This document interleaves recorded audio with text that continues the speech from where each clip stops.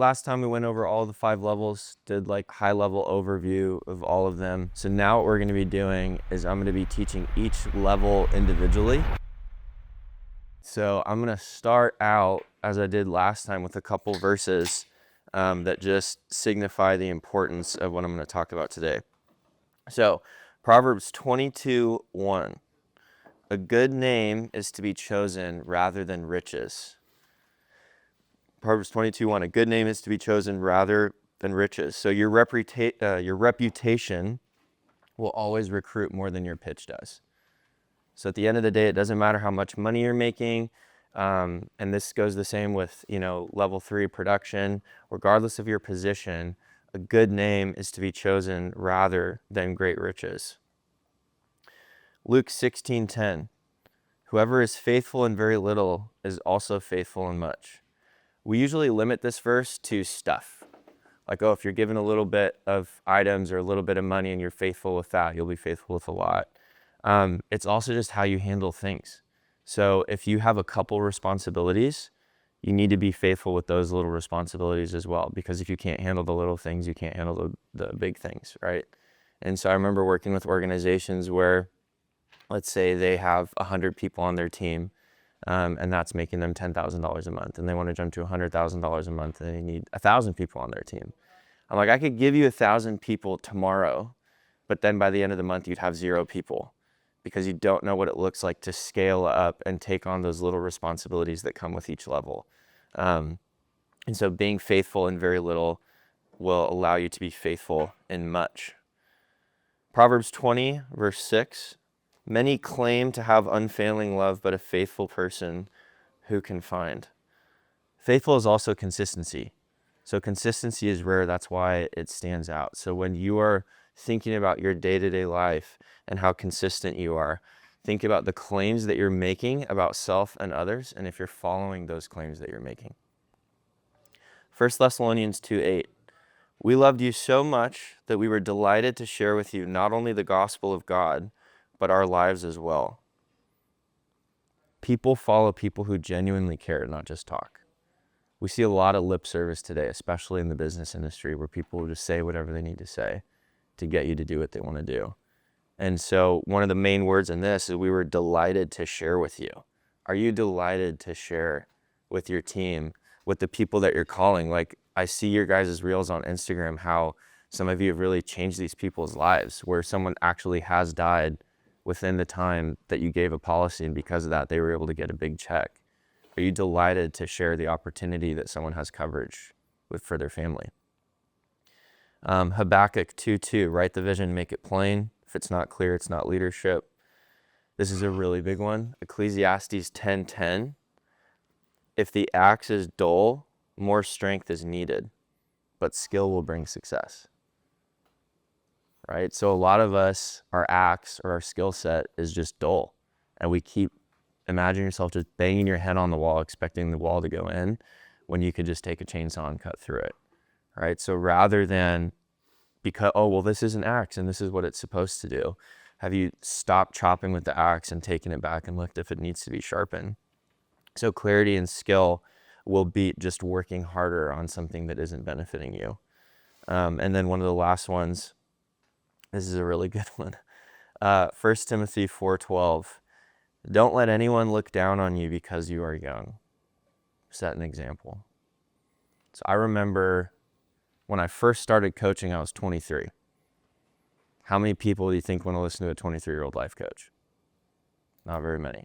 So what I had to do first as an identity coach is I had to get over the fact that most people were going to look at my age and determine my wisdom. And so I had to do a lot of promotion of self, coming to people, and I would just say, hey, I know I'm 23. I'd love to work for you for free.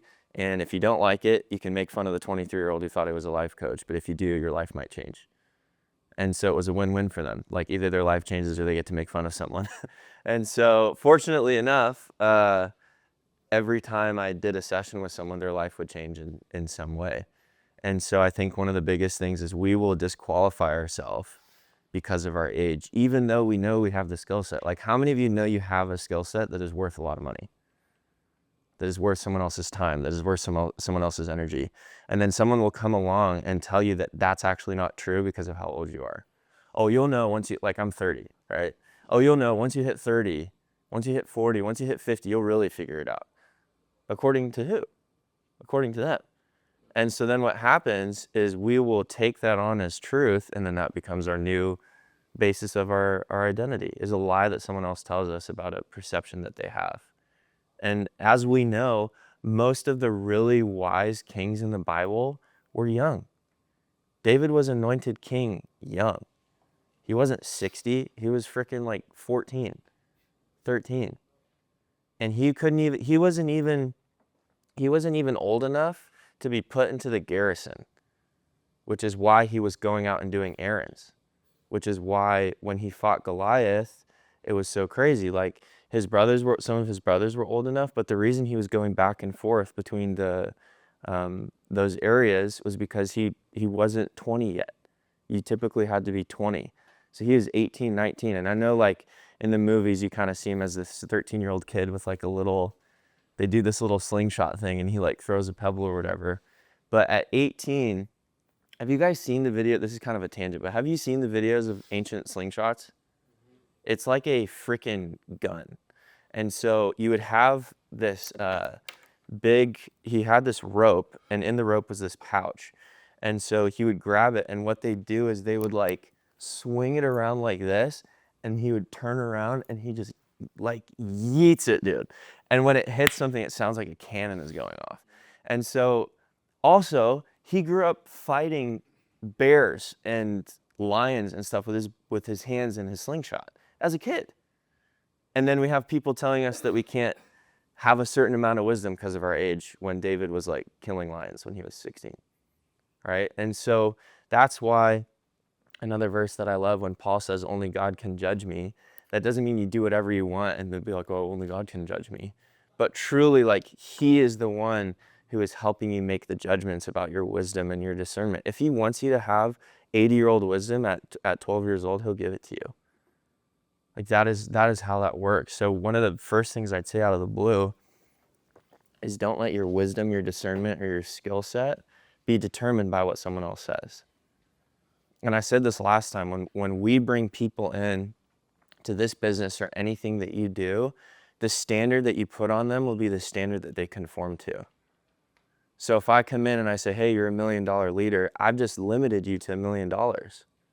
It sounds like a good leadership. It sounds like I'm pulling you into something, but I've also created a limitation about what I think you're worth. And so we need to be really mindful about the words that we're using to bring people into leadership.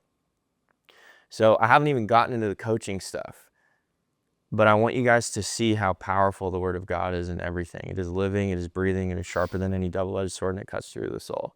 And so if you guys are lacking confidence in your position, and I'll get into this today, position is not a bad thing. Like there's no such thing as a bad level of leadership. And the same thing, there's no bad food, just bad ingredients.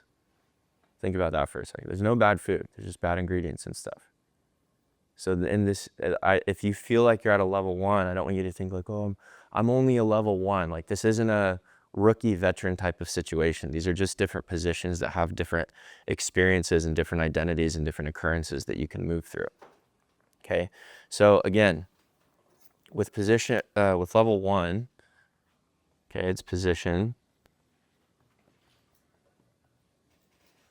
and people follow you because they have to. All right.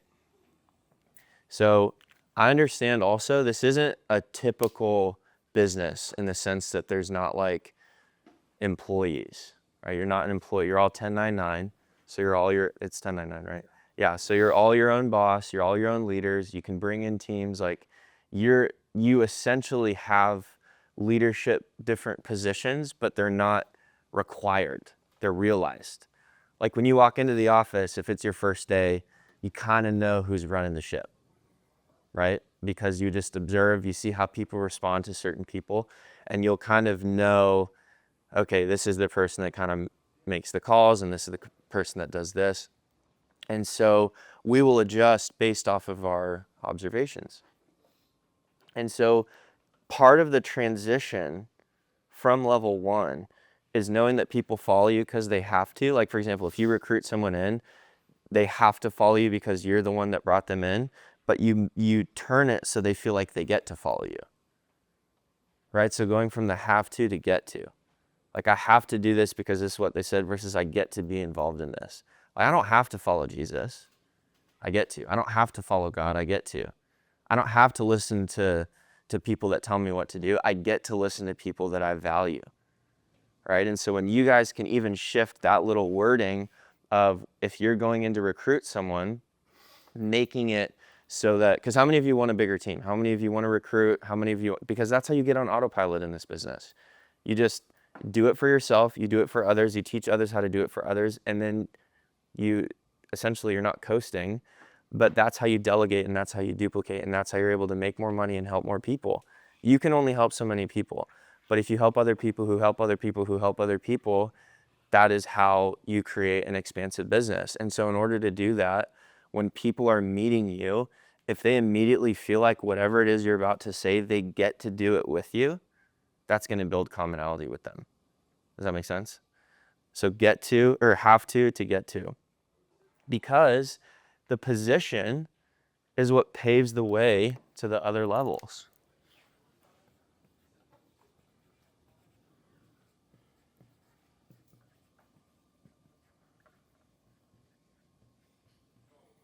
Okay, so this is where you start, but it's not where you end. So the way that you show up in your position is paving the road for all of the other levels that you're going to experience.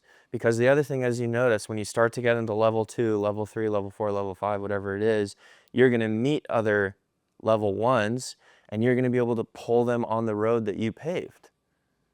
But if you just have a chaos of garbage and gravel and everything, and you're pulling your new person, and you turn around and they're covered in blood and they're injured, and you're like, what are you doing? It's like, well, this is the road you took me on, man.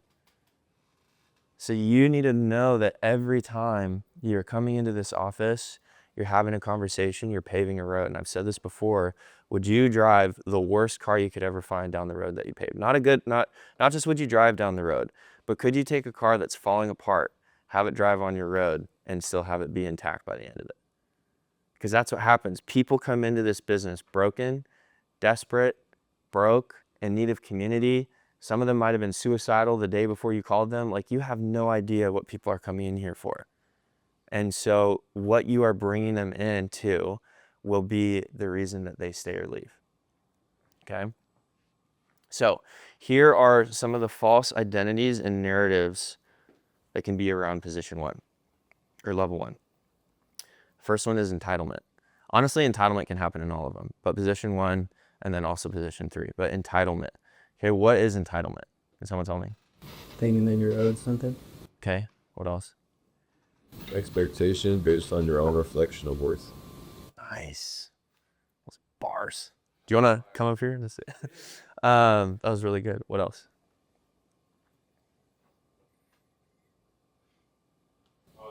Are we just going to lock eyes for a little bit? I'll just say exactly what he said. Okay, we'll say something else. I think you deserve something. Okay. Yeah, so with entitlement, what's so funny is when we think of pride, we don't usually think about fear, right? We just think someone's arrogant. The reason that you're prideful is because you're afraid of what the truth is if that thing you're prideful about isn't true. It's kind of reverse psychology. So if I think that I deserve something, my fear is that I don't. And so I will project that by being defensive or by blocking someone out or by saying, last time I said, when people say, oh, you would never understand, that's pride rooted in fear. Because if you could understand, I should be able to explain it. It's not that you can't understand, it's that I'm not smart enough to explain it. But then we'll go, oh, you're right, I'm probably not smart enough to understand. And we'll accept their lie about themselves in front of us. Right? So entitlement. Another one is, as long as I can hold on to this position, I can get respect. So we'll cling on to the reason that we started or the position that we have.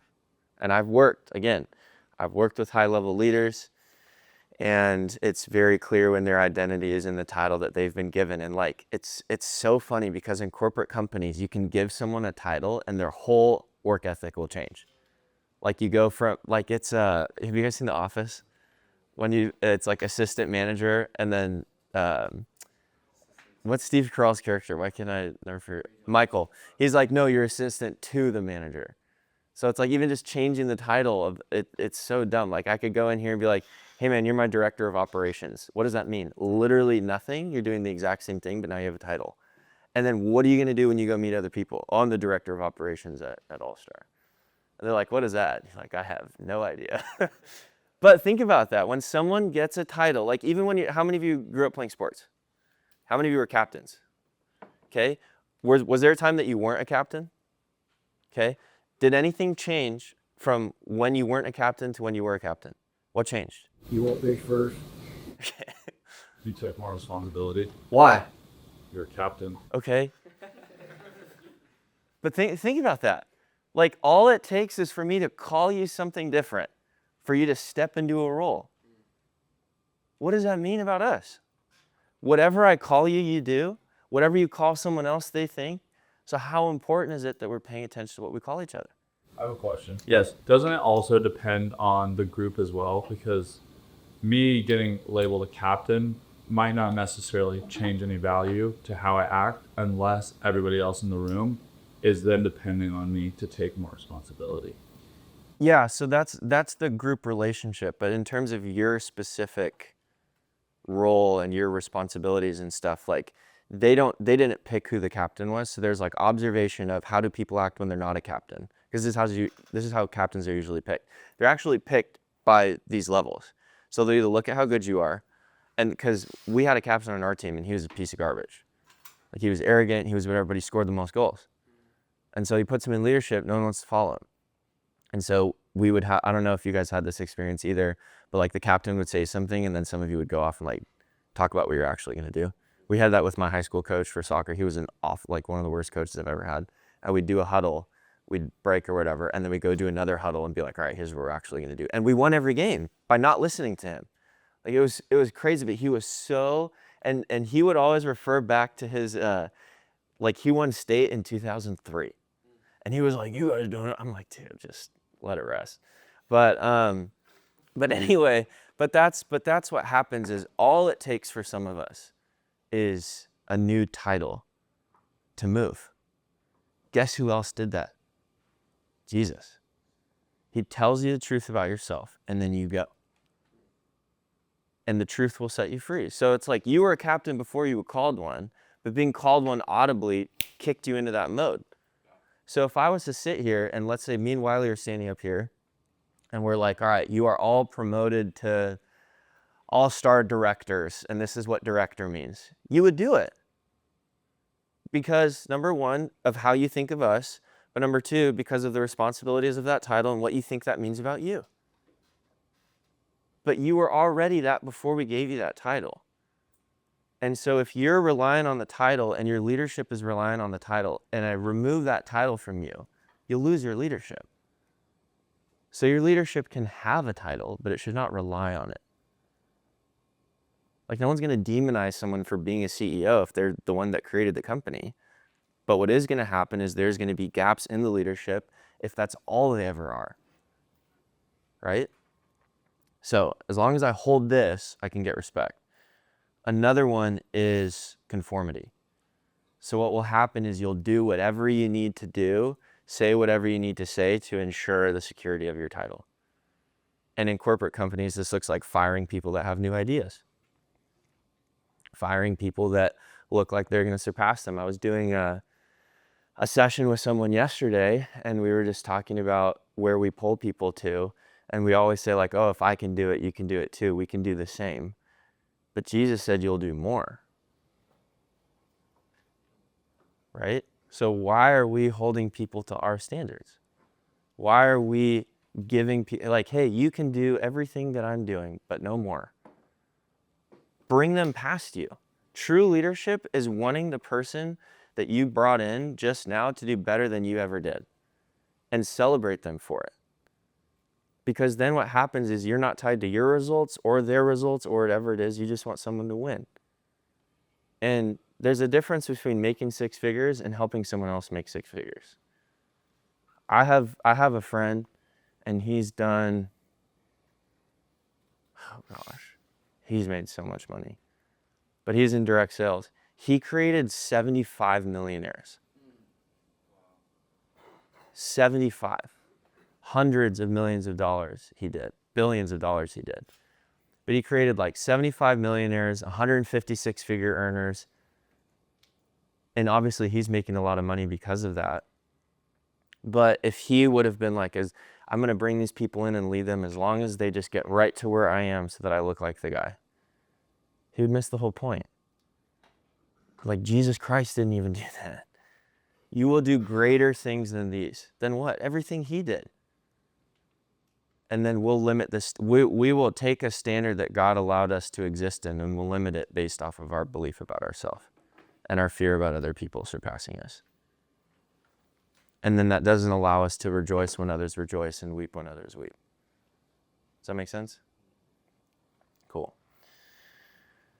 So what are the standards of level 1? I'm going to crank these out and then I'll write them down for you, okay? So clarity, consistency,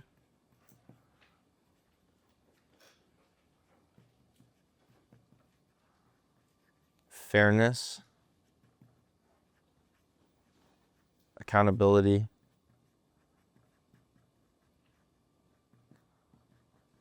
structure, or boundaries, and then communication. Okay, so in position, there's still responsibilities, there's still standards, there's still things that you have to function by when you're in this level 1. So with clarity, if you have the position, you have to bring clarity. You can't just exist in this position without making things clear. People need to know what's expected, what success looks like, and what to do next. Because in your position, again, whether you're level 1, whether you're level 5, whether you're level 3, it doesn't matter. And again, I want to make this clear that there's some people in there, they'll learn their Enneagram, their Myers-Briggs, their Zodiac, their level, whatever, and then it's their new personality for like the next year. And then their identity becomes in what level they're at. So again, use these as guides and references, not as your foundation. So this is just something that you can refer back to. So if you have the position, you must provide clarity. So in the standard of clarity, are you able to communicate what's expected, what success looks like, and what to do next? If your team is confused, then you're failing level 1. Okay? Could someone repeat back exactly what I want done? This goes also for the people you're calling. Like if they can't repeat back or understand the thing that you said, how are you going to close a sale? If you're just doing the same pitch every single time, not even paying attention to how they're responding to you, then you're in default robot mode. You're a level 1 leader to the people that you're calling who need this life insurance. Either they need it from you or they're going to get it from someone else. But they're going to get it regardless, whether if it's with you today, someone else tomorrow, or whatever it is. And so the way that you can do that is inviting people into understanding what you're saying. That's what I talked about last time, is this is an invitation. So could someone repeat back exactly what I want done? Okay. Consistency for number 2, the standard. You have to have the same standards, the same expectations, and the same energy. And how many of you have been inconsistent before? Okay, how many of you have been consistent? How different are both of those things? What do you notice when you're inconsistent? Just anybody. Skill player. Okay, it's fair. Mental fortitude's lower. Yeah. Okay. And your choice, less feedback loop. Yep. Competence. Okay. So, what is it? Tenderness. Yes. So with inconsistency, you're giving yourself less evidence towards the thing that you want to get done. So when you go to do it the next time, like you said, you're already into all this stuff, I already know. So there's no feedback loop. We live in a series of loops with different things. And if your loop has a gap, you don't know what to do. Did any of you guys play this? You're gonna age me. Anybody know miniclip.com? Okay. That website rips. There is this bike game, and you could like paint the lines that it would go on. And so you would have to, and if you missed it, that boy gone. Goes over the cliff, whatever. So you're on this bike and you're making all the loops for yourself. And so if there's a gap in your loop, you're going to go off the cliff. And the reason you feel terrible and the reason you're inconsistent and the reason your mental fortitude goes down isn't because you don't have mental fortitude. It's because when you go back to refer to the thing that got you to do it in the first place, it's not there. And then you have to conjure it up inside of you. Okay? So inconsistency also creates distrust. So in position one, getting someone to go from I have to do this to I get to is them consistently watching you show up the same day. Notice how this has nothing to do with results so far. Just showing up. And it's not just, showing up is the first part of the battle. The second part of the battle is how you show up every day. Like if you are an emotional roller coaster, there's a reason you don't go to theme parks every day. Because you can't handle it for that long. You go one day for like 6 hours and you're like, all right, I'll do that again next year. Or even once a month. Even the people that go a lot, they can only handle it for a certain amount of time because of how much it rocks their, number one, their nervous system. But it is a physical representation of how we are most of the time. And so you have to be consistent. Okay, so I don't show up based on how I feel. I show up based on who I am. Fairness, okay? In the same way that the Bible says to not show any partiality, position requires just leadership. There's no favoritism, no emotional decisions. The same rules apply to everybody. Okay, so that's, and fairness is not being soft. Fairness and justice are synonymous. But if you here's what happens. If you bend the rules once, then that is now the new standard for anybody else who breaks that rule. Because then they go, well, I know that last year it was okay because so-and-so did this and this, and now you're held to your own standard. And then if you get defensive because someone else remembers that you broke your own rule, that's on you. I made a post about this the other day, changing your suggestions to boundaries. And some of your boundaries you've downgraded to suggestions. You can't make a suggestion and expect people to treat it like a boundary. You just can't do it. And then if you have these internal boundaries that you're not representing to other people, you also can't expect them to uphold those. So no favoritism, no emotional decisions, same rules for everyone. Again, what is this doing? This is giving you evidence to know where you can get better. Because if you're inconsistent in your data, you're going to be inconsistent in your conclusions. And then you're going to make decisions based off of an inconsistent conclusion and wonder why you're not hitting your goals. So would I make the same decision if this was someone else? That's a really hard question for leaders to ask. Like, let's say Luke's my favorite and I hate Cam for whatever reason. Just to be clear, I love both of them. But let's say Luke comes to me and he's like, hey man, I really messed up and I lied about this thing and I closed the deal, but now we have blah, blah, blah. I don't even know what that would look like. But, and I'm like, hey man, it's okay, I'll cover it. Like, here's $1,500. Tell them that you made a mistake and it's all good. And then Cam comes to me and they're like, bro, what are you doing? You know we don't do that here, blah, blah. What are we doing? If you would treat someone else differently in the same situation, you are showing favoritism. And that is inconsistent. And that is making someone think they have to do something because they have to, right? So accountability, is this tracking so far? Is this making sense? Okay, so accountability first has to be on yourself. So in the Bible it talks about it's so funny. People think God says not to judge. How many of you have heard that? It's not true. You got to judge yourself in the same way that you want to judge others. So he doesn't say don't judge. He says take the log out before you take the speck out. He doesn't say don't take the speck out. He just says before you take the speck out, you got to take the log out of yours first. That's what accountability looks like. Accountability looks like. So would you be willing to be judged by the same standards that you were applying to someone else? Like if I sat down and I said, here's my list of things that I judge others by, would I uphold to those for myself? So you have to do that first. Before you hold others accountable, you have to go first. Your own mistakes You don't pass blame, and you don't hide behind your role. There are people that hide behind their title. I'm a director of operations. I don't have to deal with this. This isn't an operation technically. This is for the peasants down on level whatever. People do that. I've seen it happen, and it makes companies fall apart.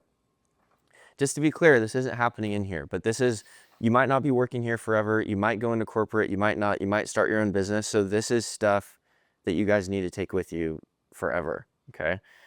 So this is what builds credibility before you make the connection as well. Like, even if you're about to have a confrontation with someone or you need to have a tough conversation, like verbally acknowledging your own stuff in front of the other person that you need to call out, huge credibility build. You sit down with them, you say, hey, before we get this started, I want to let you know that our relationship is safe. I know that I raised my voice at you. I know that I said some things that I shouldn't have. I know that I didn't reflect the leadership that I said I would, and so that's on me. I don't expect, whatever, but I just ask that you forgive me. In light of that, one of the things we need to bring up is it's totally disarming, because they're like, oh, they're already coming from a position of knowing what they did. And these are all things that you can do as technically a level 1. So, second to last thing, structure and boundaries, which I kind of already talked about. A level 1 leader creates order. So from the position, you're technically all owners, right? From your position, clear roles, clear standards, clear consequences. If you don't have a team yet, clear roles, clear standards, and clear consequences for yourself. That way when people come in, you know the standards that your team needs to abide by. So for structure and boundaries, clear roles, clear standards, and clear consequences, because without structure, there's chaos and not leadership. And structure isn't control, it's giving you clarity. Again, it gives you like that Pong game. The ball's always moving, but you just if you have structure, you'll know where to move it so that the ball doesn't go out. And again, if you don't have a team yet, the clear roles, standards, and consequences are for yourself. And the last thing for these is communication. How many of you want to get better at communication in general? Okay, yeah. You can't, this is so good. You don't get to be unclear and then get frustrated. You don't get to make someone confused and then get frustrated at them. So with communication, say things simply, repeat important things, and confirm understanding. Say things simply, repeat important things, and confirm understanding. I gave a communication workshop a couple months ago, and a key item that you guys can use as well is whenever you're getting ready to talk, lower your pace and your tone by 20% consciously. When you're getting ready to say anything, be like, all right, 20% down, 20% down. Like if you answer the phone, hey sir, how you doing? Blah, blah, blah. Bye-bye. Like they don't want to listen to that. When you speak, it is an invitation to listen. That's all you're doing. Are you going to feel better about the invite if I come at you super hard and hot, whatever? Or if I'm creating a space for you to want to peek over the wall and see what the other side looks like? So say things simply, repeat important things, confirm understanding. You don't sound smart by talking about complex ideas. You sound smart by being able to simplify complicated things. People know how complicated things are. So when you're able to explain, if you can't explain it to a second grader, you're not an expert yet. That's just how it works. And that's not bad or good, but if you can't explain how this business works or how policy works to a second grader, you should do some role play and some practice first. Because sometimes you probably feel like you're talking to a second grader. Can you raise your hand if you feel like you've been talking to a second grader? Okay. So, kind of to leave you guys with this, at level 1, your job is not to be liked. Okay? It's to be clear, consistent, and fair. That is how you dominate level 1. clarity, consistency, and fairness. And where most young leaders miss is they'll try to skip. They try to skip the steps. And they'll be like, okay, well, level 1's not really that important. I'll go to 2 or 3 or whatever, because this is what 3 means. And they'll skip based off of what their belief system is, right? And I've said this before, I'll say it again. You'll probably hear me say it 100 times. You don't do what you want, and you don't do what you know. You do what you believe. Sometimes those things are aligned. Those are great days. When you do what you believe, and what you believe is what you want and what you know. Those days are incredible. But most of the days, it's not like that. Same with, how many people work out here? I better see everybody's freaking hands go up. Okay? How many of the days that you work out are you actually motivated? No. I hate the gym, bro. Okay, but how many days do you go? 5%. Okay, talk to me about that. What's the reason? Why do you go? Because I want to look better. I want to feel better. I want to do that stuff that, I mean, I hate going through the motions, but I know it's going to pay off. Yeah. So you bypass the emotion by using motion. So I have something fun for you guys. So does anybody know what emotion actually is? Motion without the E. Okay. What do you think this E stands for? Energy. There you go, baby.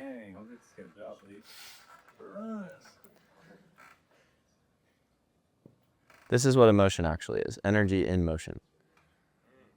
Okay. So someone like Preston doesn't have the motivation to go to the gym. Okay. That's the feeling. But the motion and the energy is towards the pursuit of what it means if he goes. So his meaning has surpassed his emotion and his feeling. And there's a lot of people that aren't in that position. Like, how many of you are motivated a couple times a week, at least? Okay? So you guys have it a little easier than Preston does. Because Preston just hates it every day. But he still goes. But here's what starts to happen. Are you motivated when you start to see the results? Yeah.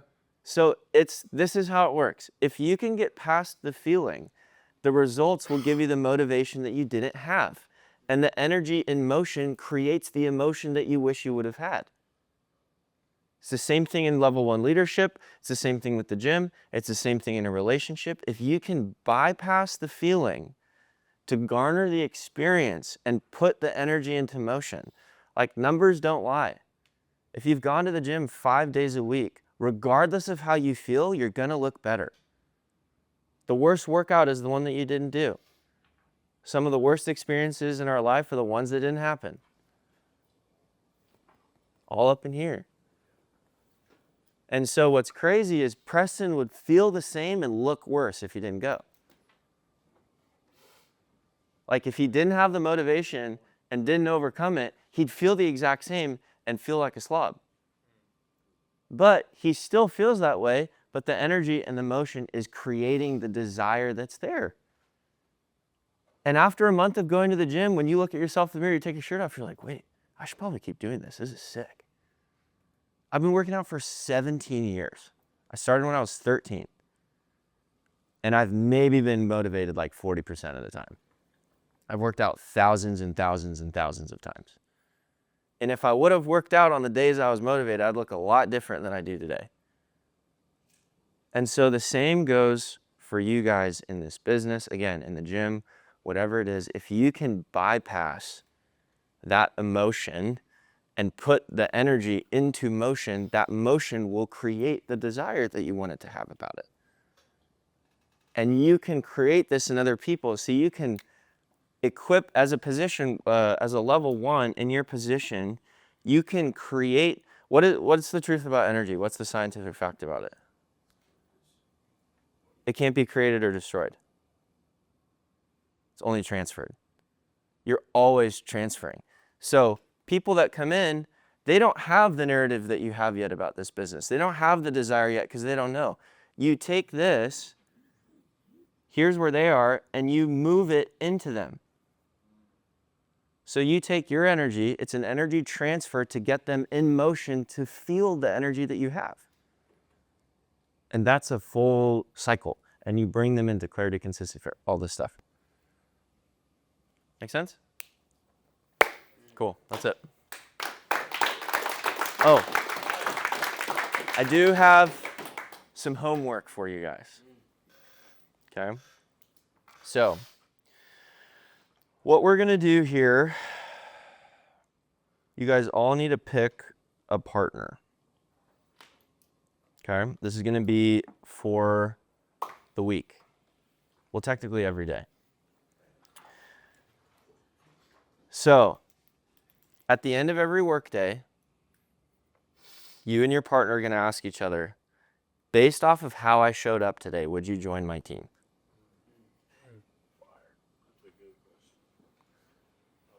And here's what can't happen. Someone can't say, no, I wouldn't, and then you go, well, I wouldn't either. Right? So this has to be answered honestly. So actually, here's what we're going to do. You two are together, you two are together, you two are together, you two are together, you two are together, you two are together, you two are together, you two are together, you two are together. Okay? So, based on how I showed up today, you two. Yes. Based on how I showed up today, would you join my team? And if the answer is yes, don't just be like, oh, okay, cool. Be specific and use these. This is your grading scale. Okay? So this is going to take a little bit of work. So every day, 1 to 10, you guys are going to rank all of these. What you can do is you're going to be it's like a partner observation. So throughout the day, you're going to observe how they act. All right? So this is going to take your level of awareness of self and others, because the other thing is you can't rank them based off of how you feel. You have to rank them based off of what you are observing. So at the end of the day, would you join my team or not? Here's why. Well, you were really clear. I heard you doing your calls, your dials. If I was someone new, I'd be watching how you called. Based off of the clarity that you use when you call, the clarity that you use to other people, I would join you. You were consistent in how you blah, blah, blah, all this stuff. And then at the end of the day, so this is out of 60, I think, 1, 2, 3, 4, 5, 6. So out of 60, you get a grade. Okay, let's say you're 46, whatever. Whatever the number is, you now have to say what would kick them to a 60. Here's how I would have given you a 60. I noticed that you talked to this person a little bit different than this person. I know that's because you guys are closer. Again, that's not bad. It's just the observation that I have. So, I can't track this. You guys need to be doing this every day. So, using consistency, you guys need to do this every day, because now you're being observed by someone, right? And you're observing someone else. And you need to use the same standards for yourself that you're using to evaluate your partner. And then at the end of the week, tally up the whole score, whatever it is. And that's the homework. It's very simple. This is like the easiest assignment you'll ever have in your life, hopefully. But it's going to be very, very powerful for you guys. And it's going to reveal some blind spots, I'm sure. Because you guys might be really clear and really consistent, but maybe your communication isn't great. Or maybe you're not as fair as you thought you were. So, anybody have any questions on the homework? Okay. End of the workday, you sit down, do a 10-minute powwow, whether it's over the phone or in the office. Based off of how I worked today, would you join my team? Based off of how I led today, would you join my team? Why or why not? And then here's the number I give. This is how you would get to this next number. Now you do me. Off we go. And here's the caveat. There's no defending yourself, and there's no justifying. You don't get to tell them why they're right or wrong. You just receive. You say, thank you for telling me. You tell them, they say, thank you for telling me, and you go about your day. It's not like, well, I would have done that. Nope. You sit and you listen. When that person is talking, you don't say a single word. And then when they're done, you literally just say, thank you. You do it to them, they say thank you, off you go. This is also going to teach you how to emotionally disconnect from potential confrontation. Cool? Awesome.